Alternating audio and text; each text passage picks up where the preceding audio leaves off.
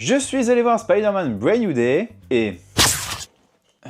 tout de suite mon avis. On retrouve notre tisseur de toile préféré 4 ans après les événements de No Way Home. Peter Parker, oublié de tous, mène une vie de solitaire tout en continuant d'arpenter et de protéger New York. Mais alors qu'une mystérieuse menace fait son apparition, le corps de Peter commence à subir d'étranges mutations. De quoi remettre totalement en question son identité et ce que signifie réellement être Spider-Man. Je suis plus moi-même.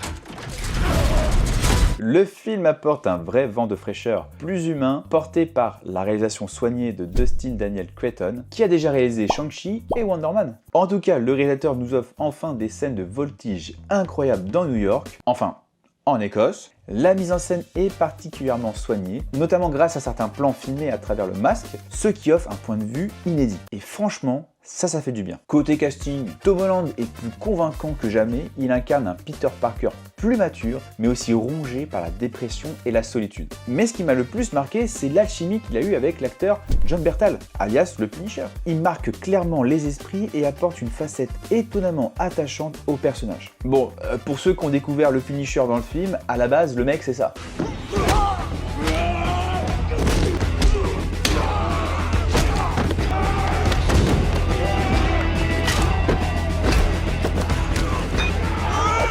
Sans trop vous spoil, l'actrice Sadie Skin nous propose une prestance intéressante dans son rôle d'Eleven.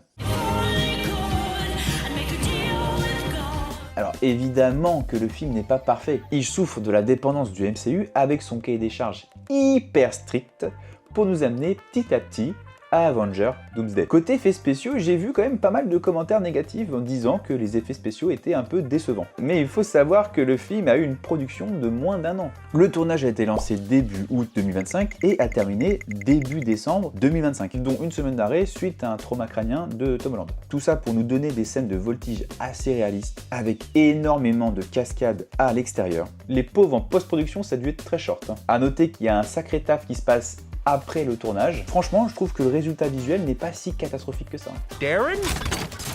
Surprised to see me. Mais qu'est-ce que c'est que cette matière? C'est de la merde? Non, c'est Cloug. En termes de narration, il y a une bonne idée, mais le film croule sous les multitudes d'intrigues, ce qui fait perdre en impact sur la profondeur des messages qu'il veut faire passer. Le tout avec des personnages secondaires réduits à des rôles fonctionnels. Et puis, je suis désolé, mais il faut m'expliquer ce que Peter fait dans la vie pour se payer son setup de streaming là. Yo tout le monde, c'est Squeezie, aujourd'hui on se retrouve sur... Globalement, Spider-Man Brand New Day a réussi à poser une nouvelle vision de Peter Parker. Un héros plus mature et davantage marqué par ses blessures, et malgré ses défauts, ce 4e opus reste un retour solide, humain et spectaculaire pour Spidey.